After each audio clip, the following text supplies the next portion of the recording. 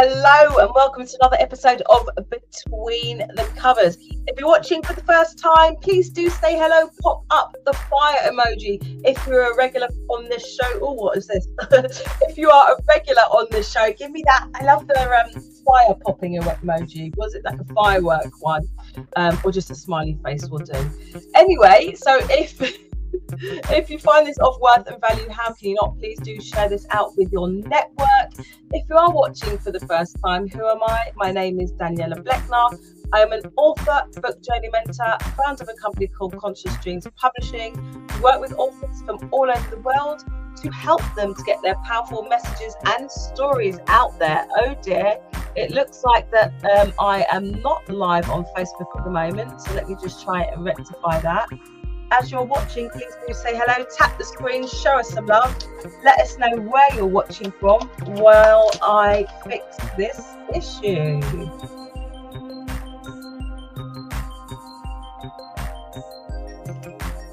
And this is the thing about live TV or live streaming, you never know what's going to happen. We just have to roll with it. Okay, so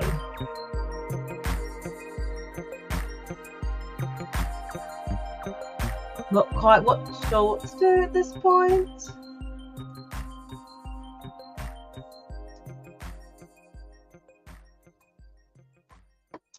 Okay. Bear with me while we face some technical problems.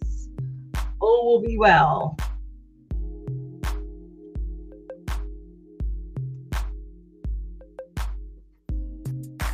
No, it looks like it's deleted, not sure why.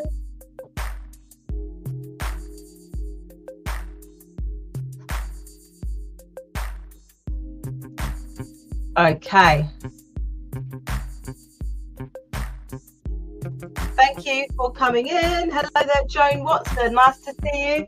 Joan, I may have to end this live and come back again because unfortunately we're not live on Facebook, which would be a real shame. I'm going to try one more time to remove this and add it again. And if it works, it means that all is well and we don't need to panic.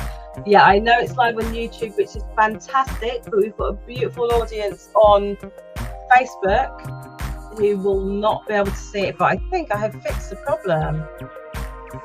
So for editing's sake, I'm going to start again. And we'll edit from this point. Hello and welcome to another episode of Between the Covers. Thank you so much everybody for joining. If you're watching for the first time, please do say hello, tap the screen, share this out to people. If you find this of value and worth, how can you not? My name is Daniela Bleckner. I am an author, book journey mentor, founder of a company called Conscious Dreams Publishing. We work with authors from all over the world to help them to get their powerful messages and stories out there in the form of books. On the bookshelf behind me there are just some of the 300 plus books that we have published over the last 9 years. I'm absolutely passionate about providing a platform for unseen, unheard authors so they can have their voices heard and stories shared, so they can educate, inspire and empower for generations to come. And not forgetting the replay viewers, if you are watching, please do put up hashtag replay and we will send you a personal response. So if you tuned in and don't know what Between the Covers is about and you're thinking, what the heck is this? Between the Covers is a show that gets up and close personal with people within the writing and publishing industry as well as authors. It's not just a platform for me to interview my authors, which I do and I love. We do interview authors who've published in many different ways, whether it's traditional, self-published or through an independent publishing house. And it's really to get you to understand what goes on between the covers of creating, publishing and distributing a book. So without any further ado, I'm going to turn off my music. There you go. I don't know where you are, but it is absolutely pouring with rain. And 2 seconds ago, it was really sunny. I don't know what's happening. I don't know why I have paused as well.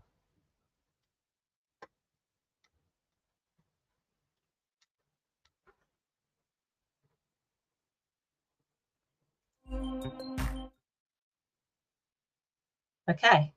Technical issues galore. What's happening?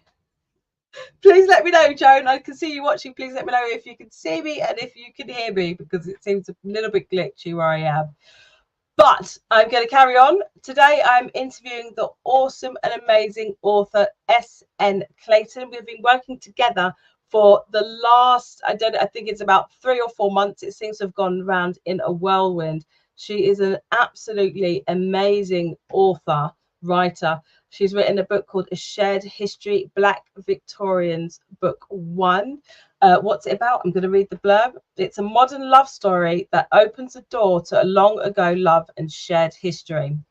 When Celia Robinson, a financially independent young black woman living in London in 1880, comes to live in her adopted family's London townhouse for the season, she falls in love with her childhood friend, Edward Langdon, a white man from a wealthy family.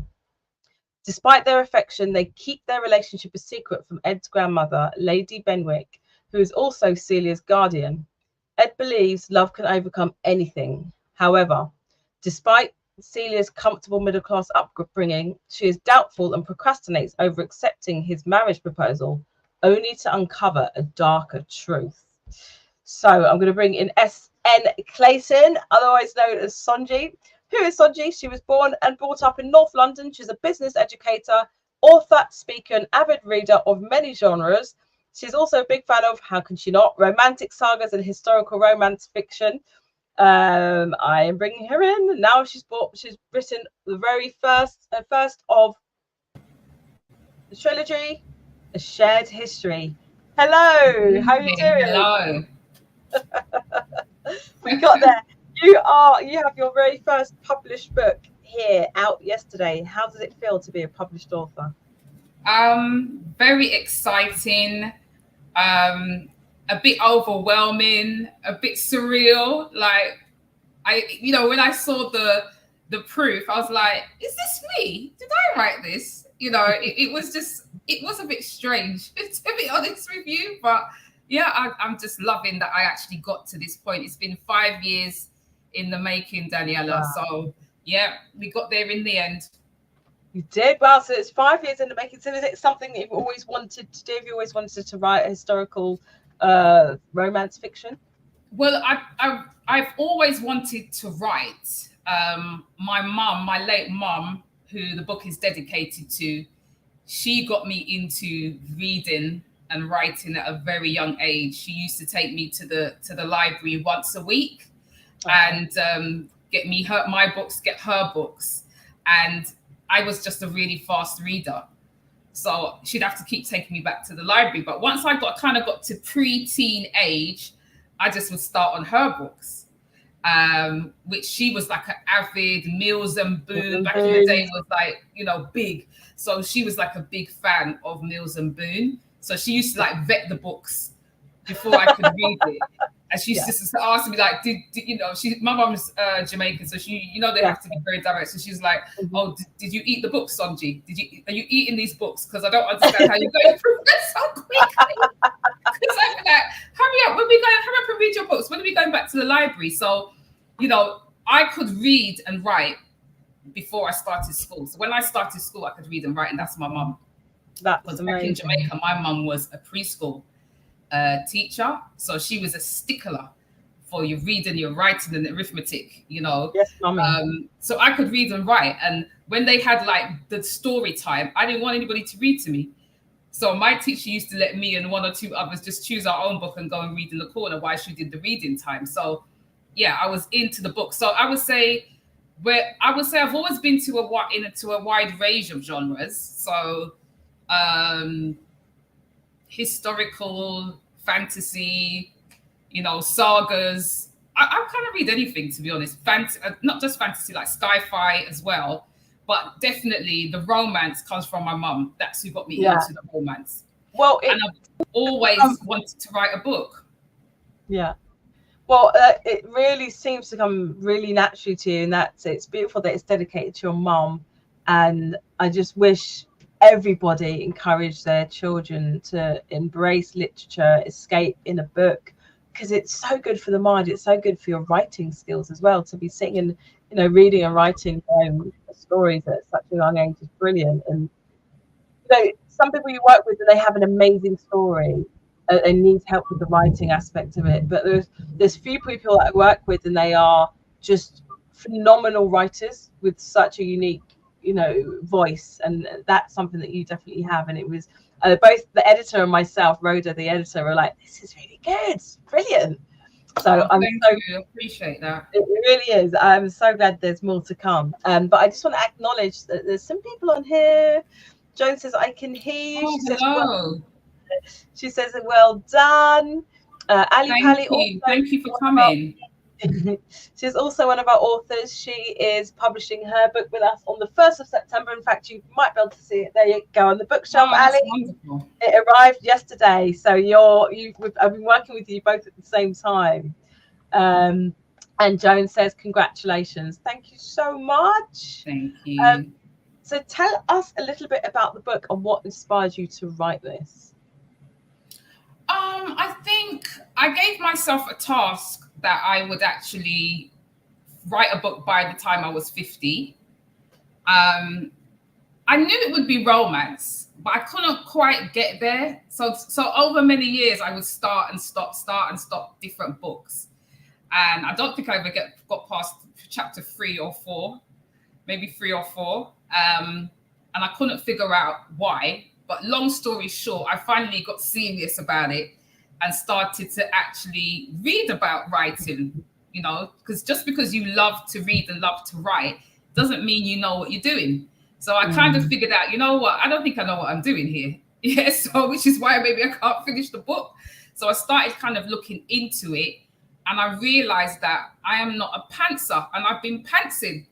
This is why I couldn't finish the book. So I realized I'm a plotter, which makes sense because I'm a strategist, I'm a planner. So it kind of made sense. And once I figured that out, I was on my way. So I started just doing short stories and just getting into planning those and getting the arch right and all that type of thing there. And then I started reading. I've always read historical romance, but not really seen. Very rarely you see Black and mixed race characters or people of color in general, to be honest. Well, yeah. In the sort of mainstream romance stories. So I started reading an author. She's a prolific Black historical author called Beverly Jenkins. Okay. And I mean, she's just, I can't even explain the level of research that she does. And most of her stories are based in the Black West of America. So I just said to myself, do you know what? I think this is it. I think this is what I'm going to do. I think it's Black historical romance I need to do, because I read historical non-fiction like nothing. I read it the same way I read romance books. I'm just thirsty. So I just thought it's a nice way to kind of marry them and put them together. So I can write about history, but in an entertaining way. So that word edutainment, I always say it's a bit of that, really. So I wanted to do something slightly different though, and base it in London, because you don't really get, although we've got a lot of historians now focusing on Black people's presence in England over the last 500, 600 years or more, in terms of the fiction element, not really. It's not that. It's starting to come through, but not really. So I thought, you know what? I was born in London. I grew up in London. Let me write about how Africa and the diaspora came together in London. And I'll focus on the 19th century, because I love 19th century. I just love anything 19th century. Yeah, that's probably my favorite era in that respect. So I just thought, let me focus on that for the first 2 books. And then this third book, I thought I'll switch it up a bit. So that will be based in New York and the Black West of America, which isn't written about too often. So that genre is a very popular genre. So there's high demand but low supply. So for me, thinking about it from an author business, it made sense. And thinking about it from my passion, it made sense. So it all kind of added together and came. And as I said, yeah, that's it. That's what I'm going to do. So you found your kind of niche in the market and married together your two passions, and historical information, as well as obviously your romance, going for the Mills and Boon. Yeah, yeah. Everybody likes a love story, don't they? It doesn't matter. Yeah, definitely. Will it work out? So two questions here. You've got like a whole page of further reading, in terms of the research that you did when you wrote this book.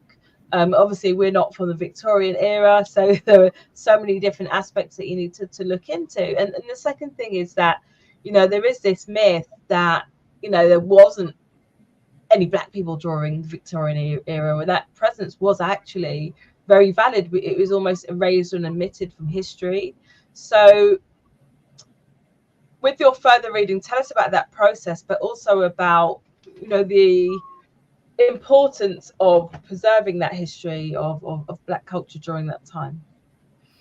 Well, yeah, as you said, it has been erased, and I think there's just been this focus on, we came in the 40s after the Second World War. Yeah, that was mass immigration, and that's just another phase. There were many phases before that. At our height, I would say during the 18th century, the Georgian era, they say there were maybe 15 to 20,000 Black and mixed race people in England, and specifically in the port cities. Because what most people, when they think of slavery, they think of the plantation, right? But there were slaves in every industry, in every walk of life.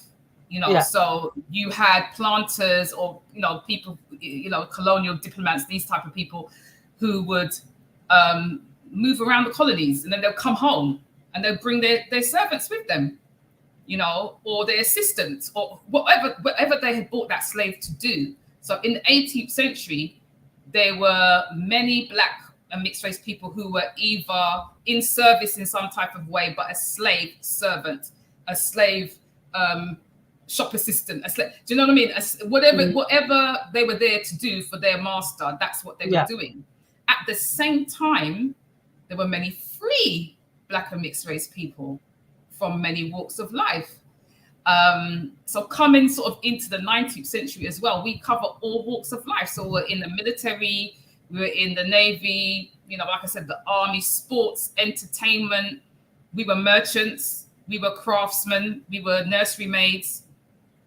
We were poor, we were not too well off, we were well off. Do you know what I mean? So some of us were born here, some of us were coming from the Americas to get away from that situation over there. Some were coming from the Caribbean, because that was obviously another situation. Even post-slavery, it was really difficult to elevate socially. So it's like, okay, England had its problems, but it's almost like, okay, the best choice in terms of all the challenges we had. And then, of course, you had a lot of Africans coming over as well for different reasons. Some were actually schooled here. So as I've just said, I've not even covered everything, but we covered all walks of life. We were in every industry, even politics, because remember, we had to fight for our rights pre-slavery and fight for our rights post-slavery. So I think what I wanted to show was that the diaspora was more connected than you might think. And one of the key connections to that were the Blackjacks, what we call the Blackjacks. I read that book called The Blackjacks by Jeffrey W. Bolster. It's a fantastic book. I thought it was going to be boring, actually. I just thought, I just need to do this research. I thought, I don't know, these sailors, this is boring, these seafarers. It was fantastic. The Blackjacks. Yeah, the Blackjacks. So these Black seafarers, they were going from colony to colony, telling everybody, this is what's going on in England. This is what's going on in Africa. This is what's going on in the Caribbean. This is what's going on in America. So we was getting the news. Do you know what I mean? So if there was anything going on that could benefit the race, it's like, oh, okay, so we need to get on this. We need to get on this. So it's a fascinating, complex story. And I've tried to weave a little bit into the background, but at the same time, I'm also focused on Celia's love The story, love story. her Yeah. love triangle. Yeah. So The famous love with child. I Ada want to Stephen. dip into Celia's role in the book in a minute. I just want to acknowledge we've got Alicia. She's saying well done. Thank you. Alicia Douglas. We've got Joan Watson saying we have a rich history in England. Exactly. And We've it's got well documented. Boss It Live Janine coming to our interview last week, the week before. We're doing a workshop called Lights, Camera, Action, helping authors to live stream. She says, hello, ladies. Hello. Ali Palik has a question. She says, and this was leading to one of my questions here. Was it difficult researching the lives of Black history in the 19th century? I mean, you say it's well documented, but I mean, there's so many different angles. So was that? Well, I mean, some of the books, obviously I've listed some of the books. Staying Power by Peter Fryer. As I said, Blackjacks, Jeffrey W. Bolster. Black Americans in Victorian London, Jeffrey Green. Black and British Victorian. Yeah. Ruth Goodman. Black and British, David Olusoga. That's just a little bit of what I read. And classic Jamaican cooking, we've got to get that in there. Yeah, okay, yeah. I had to even look at that. Yeah, because the thing is, you can't make any assumptions. You can't make any assumptions about anything. You have to, the idea might be in your head, but you have to do the research and make sure that it's actually correct in that respect. Yes, it's there's the fiction part, there's a little bit of creative license, but in terms of the historical background, you really have to be on point. So even the British Library, I was looking at death certificates, birth certificates, anything they could give me really, other local online research sources. UCL, they had a fantastic map, University College London, of Black people from different walks of life. So I focused on the Black elite of London, but these people were like from all different walks of life. And they just had a map. So it kind of gave me more of an idea of, okay, where do I place them and how are they going to all interact? What are the causes that they're going to interact around in that respect?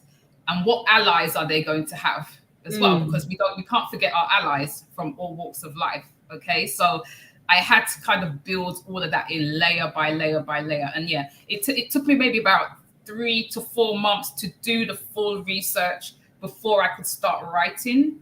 And then as you're writing, you have to jump in and out of the research. Yeah. All right. So that brings us nicely to the main character, Celia, who you can see on this cover. I love this. I love this image. She's not your typical kind of Victorian woman. She's a Black, financially independent young Black woman living in 1880s, seemingly sort of has quite a bit of freedom. Talk to us about her character and why you made her that way. Because to be fair, there were a lot of independent women during that time, Black, white, Indian, whoever, because not everybody just got up and got married at 18, 19, 20. I've been watching too much Bridgerton. I'm sorry, I'm not really up on my Victorian. We're kind of heading, we're very close to the 20th century, aren't we?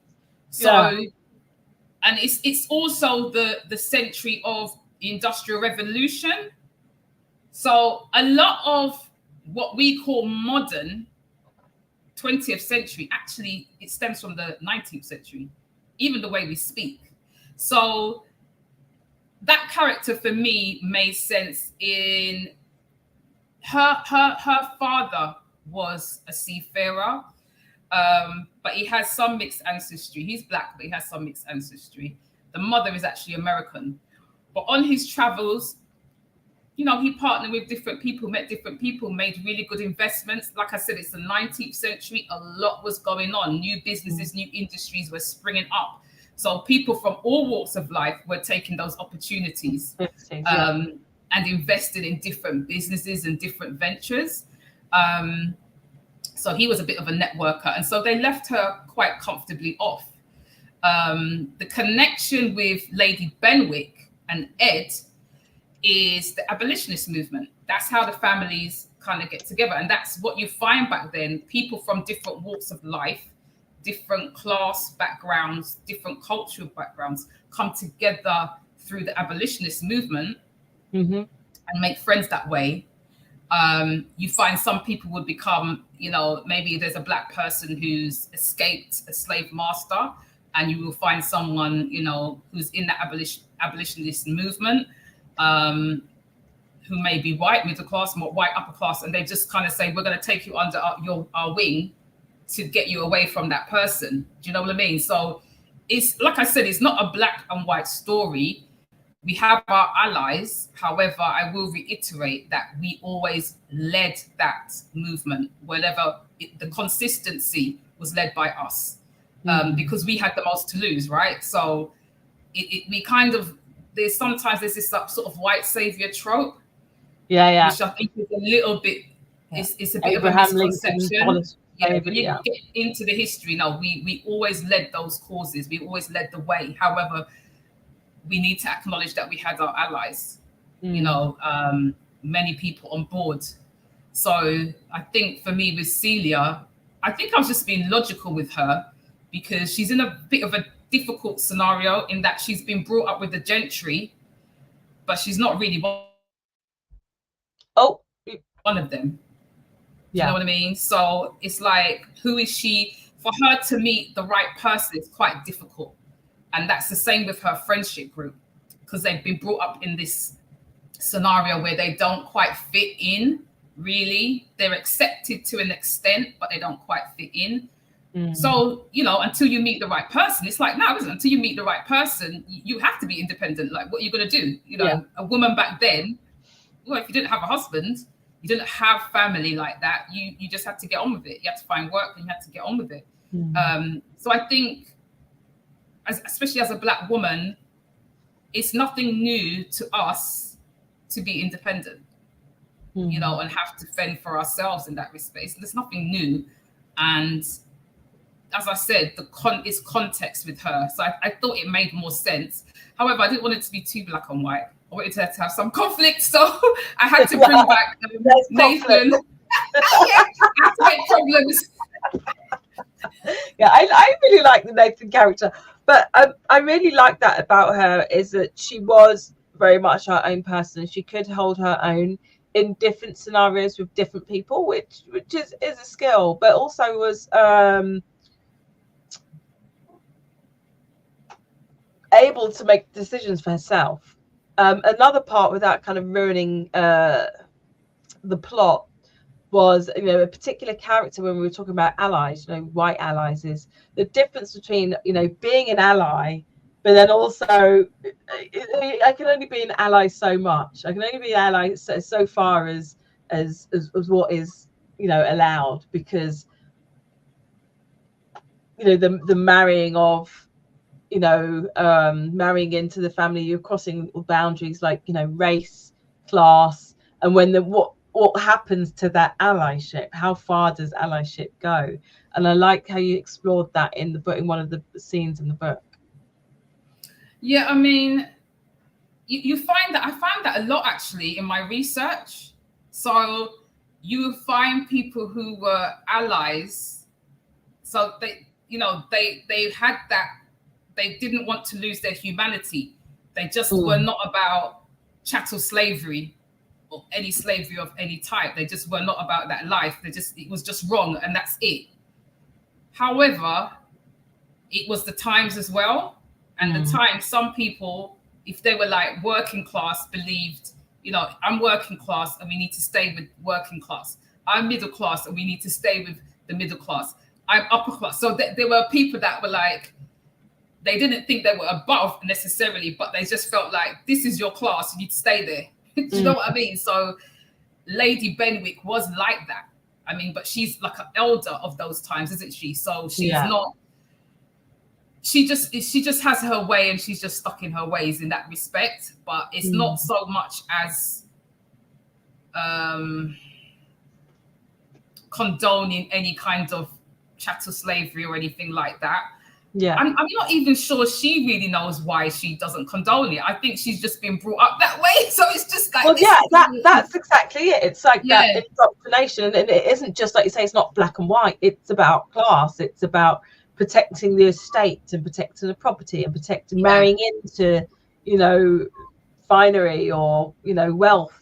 What can you bring to the table? And I like how it kind of, it wasn't cut and dry. It looked at many different aspects of that, you know, cutting across the boundaries of race, class, and bringing you back to that sense of where do I belong? Where's my belonging? When you're thinking about something as, you know, love, love just can't be love when you have all of these different aspects to think about. You know what I mean? That's what got me really thinking with the book. Who's your favorite character? Oh my God, I don't know. Actually, I haven't thought about it. I don't know, because I think, do you know what? I love all my main characters now, because I love Celia for who she is, and I love Georgia, because Georgia, they're similar but they contrast. You know what I mean? They just approach things differently. So Georgia is her best friend, and she's mixed race, and she's going to be the star in the second book. Ooh. So I love all of them. And then Amelia is Georgia's half sister. She's black. And she's the one who's gonna, you know, run off to the Black West to get married, you know. Don't tell us. She wants an adventure. So I think I've made them quite strong, bold characters. However, they have also got a very clear, vulnerable side to them. Do you know what I mean? Like, they're not infallible characters, but I can't say, because I love the way they communicate, and I love their friendship. It's like a non-judgmental friendship. It's a very straight arrow friendship. Like, well, this is what I think, kind of thing. I think they just allow each other to be them. You know, they don't step on each other's toes too much, but they just tell it as it is, I think, to each other. But then I suppose they're most like sisters, because they grew up together from a very young age. They went to school together. So, you know, but I do like those characters. You know, I quite like Lady Benwick, if I'm going to be honest. I know, I was just about to ask you about that. I thought she was a really interesting character to read, and I really like the way that you crafted her, because she does come across as, you know, she has got a lot of affection for Celia, you know, as but then it's like it can only be so far, you know. How far is she going to go to protect her family? I don't want to ruin it anymore if you're watching this, but it's honestly such a great book. It's so well written. It's a great plot, and the characters are so interesting. They're not sort of cut and dried characters. There's no kind of love or hate. She's wrong, he's wrong. Even though Lady Benwick is a bit of a dark horse, isn't she? But talk to me about the cover. What inspired you to come up with this cover? The cover was an interesting journey, actually. Do you know what? I'm trying to think what I wanted the original cover to look like, and I can't remember. But I went I'm so obsessed with this cover now, because I went onto Etsy, and I kind of had an idea in my head what I wanted. Honestly, Daniela, I can't even remember what I wanted. It's gone right. I can't remember. But I went onto Etsy to try and see if I could find this look that I wanted. And I actually, one of the sellers, she had a similar cover where she sort of, the character, it was a white lady in that era. So it was a white lady with the sort of the back, you see the back and the side, and then the books. And I said to her, I messaged her, I said, can you do this for me? But this is the character. And I explained Celia, what she looked like. This is the story. She was like, okay, I'll do a few samples for you. Anyway, she sent me a file, and there were like 50 samples in there. And it's AI. It's AI, you know. So originally I was going to get like a hand-painted, you know, illustration, painting. That's what I had. And then she showed me, I thought, oh, this is nice. And anyway, in the end, I chose this one. And it was supposed to be a temporary cover, because I was about to go on my summer book tour. Hence, I'm here as well, but I'm on a global book tour with a company called Activate Core as well. And I needed something. So I just thought, oh, this will do. But then by the time we got to the publishing date and I'd sent out to a few people, because I needed to put my website together, all these things really quickly. So I said, oh, just tell me what you think. They were like, oh. So they were like, oh, this is lovely. We love it. And I thought, oh, should I change it then? And even when I started working with you and I said, what do you think? Do you think I should change it? Because I was just going to get someone to illustrate the exact same thing. So was there any point? I wanted the illustration and I said to her, do it like it's an illustration. And I just got attached to it. I thought, no, I'm not changing it now. So you've had it for so long now, and that's it. Yeah, well, just a few little tweaks, but AI is something else. I'm telling you, it's a bit scary to be honest, but amazing at the same time. Well, they've done a great job. I mean, you came to us already with this cover, and she's credited in there. Thank you, Ali. I'm just reading the comments. Ali says, I love the cover. She makes me want to read about her. Well, you can buy a signed copy. Ali's buying everything from our bookshop. I put my book out to you, Ali, today. You can get a signed copy from our Conscious Dreams bookshop, www.consciousdreamsbookshop.com. The rest of the link is in the comments and also in the post too. You can also get copies from Amazon, Waterstones, wherever you are in the world, online.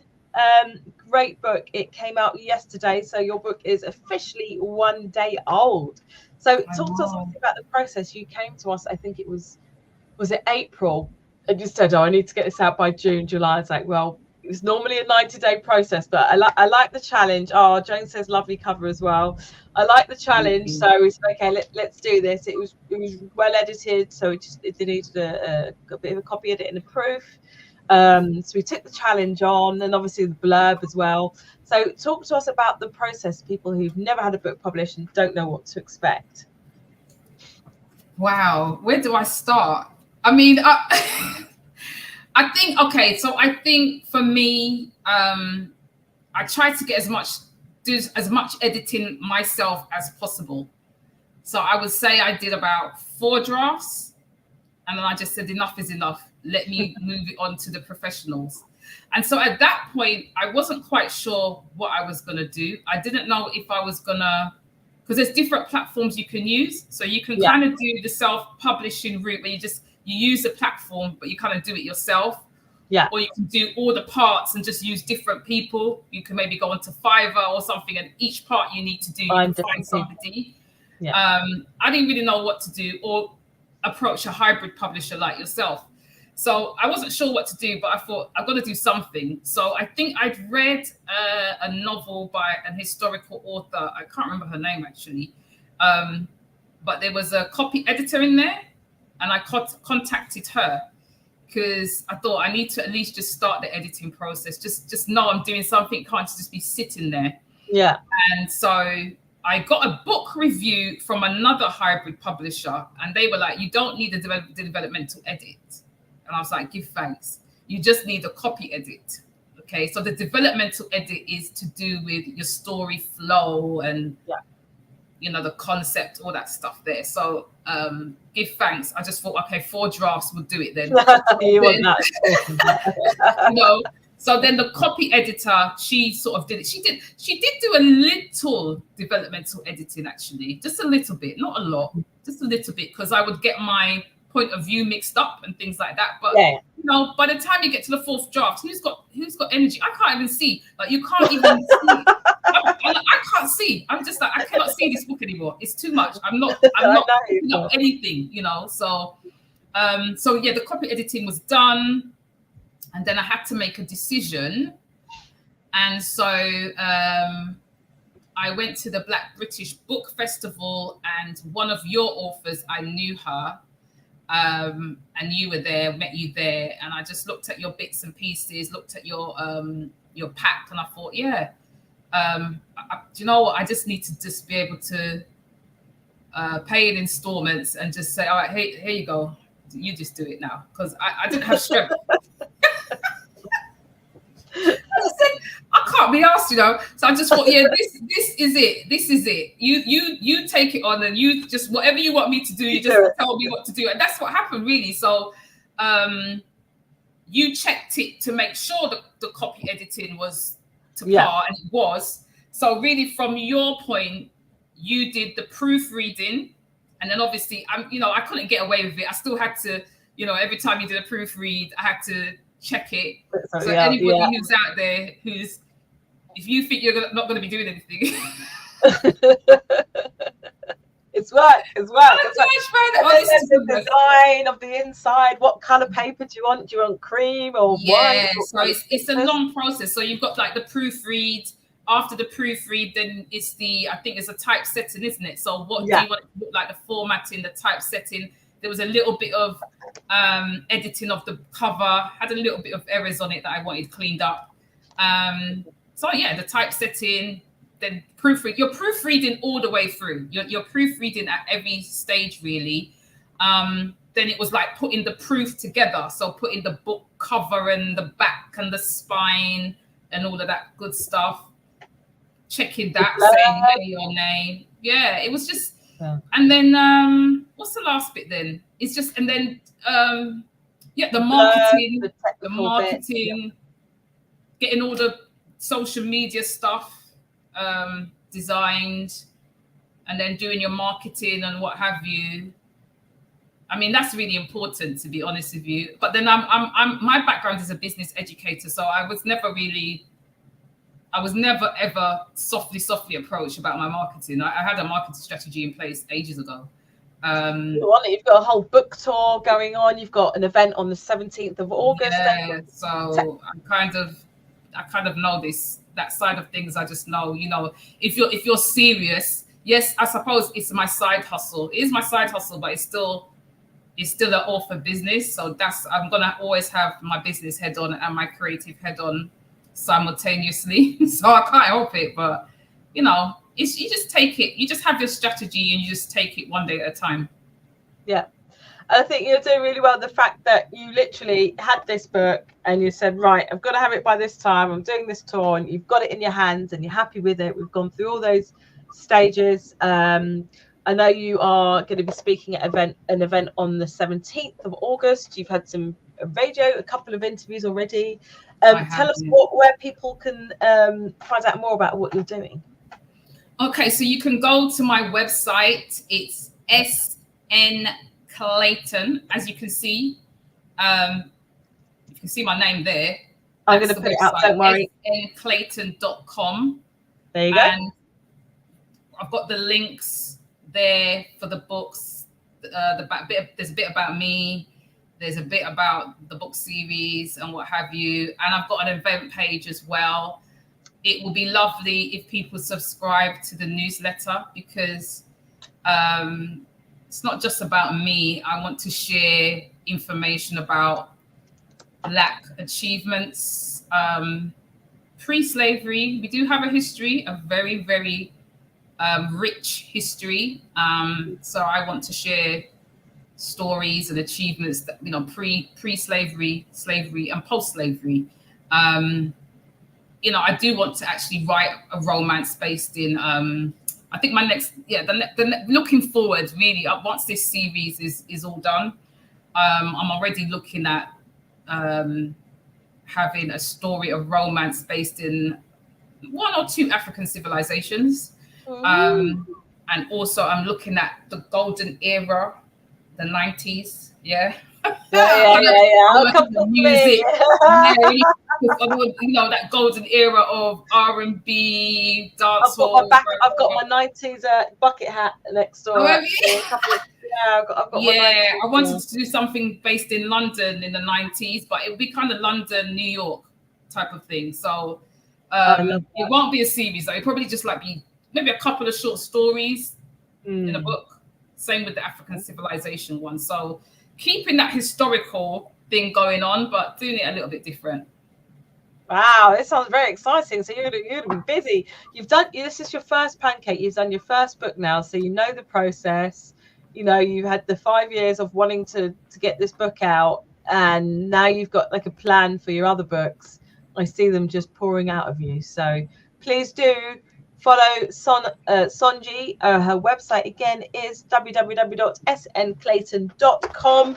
Subscribe to her newsletter. Check out what she's doing. She's got an events page there. Buy her book. I've put the links in the comments. And any last parting words from you, Sonji? What would you say to people who, like you, maybe they've got a great idea, they've been sitting on it for 5 years, and they've just thought, what am I going to do? What shall I do it? Shall I not? What's happening? I would say give yourself a target or a goal. So like I said, my goal was I need to write a book before I'm 50. And so I had to then start planning the actions towards that goal. Do your research. Think about whether it's going to be a hobby or whether you actually want to make money from it. So that's where you have to kind of put your business head on. Just be serious about it. But I think you have to set a goal, an achievable, reachable goal. Once you set the goal, then you have to start setting the actions to reach that goal. And just write. Just write. It doesn't matter if it doesn't sound fantastic initially. That's the point of editing, so just write, just get on with the business of writing. Write something and you will just get into that flow. Perfect. Thank you so much, Sonji. They were brilliant words. You can tell you're a big business educator.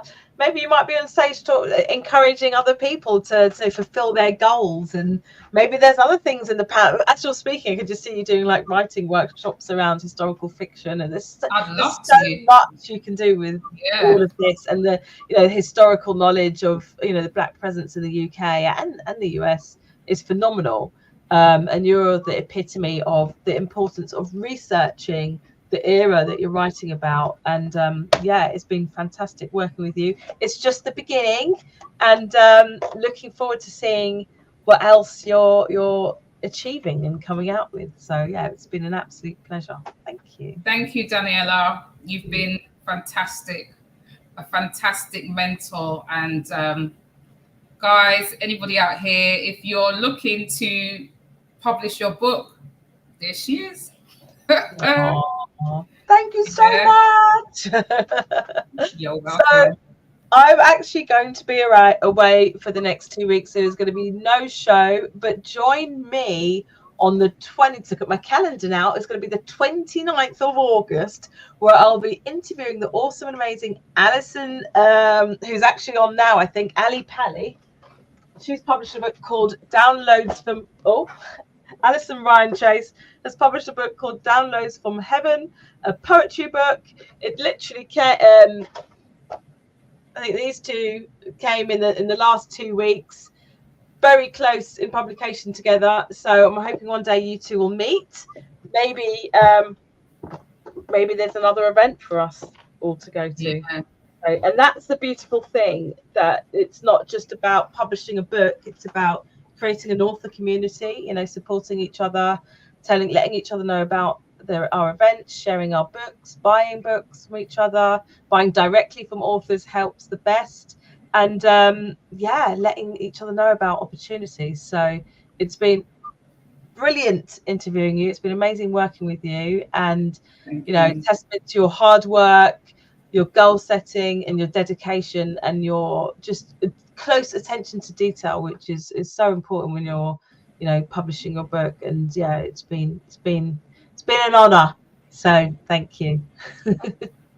I will see you all on the Can I say thank you to everyone who's listening as well, who's taken time to come and take part in the interview. I'm really grateful and appreciative of it.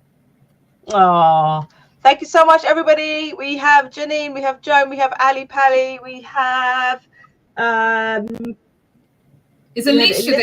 Still there? I saw Alicia, my friend Alicia. Hi, Alicia. She's watching on YouTube. So thank you, everybody, for joining. Please, if you found this of value and worth, how can you not? Please do share this out on the replay, and I will see you on the 29th of August. Bye.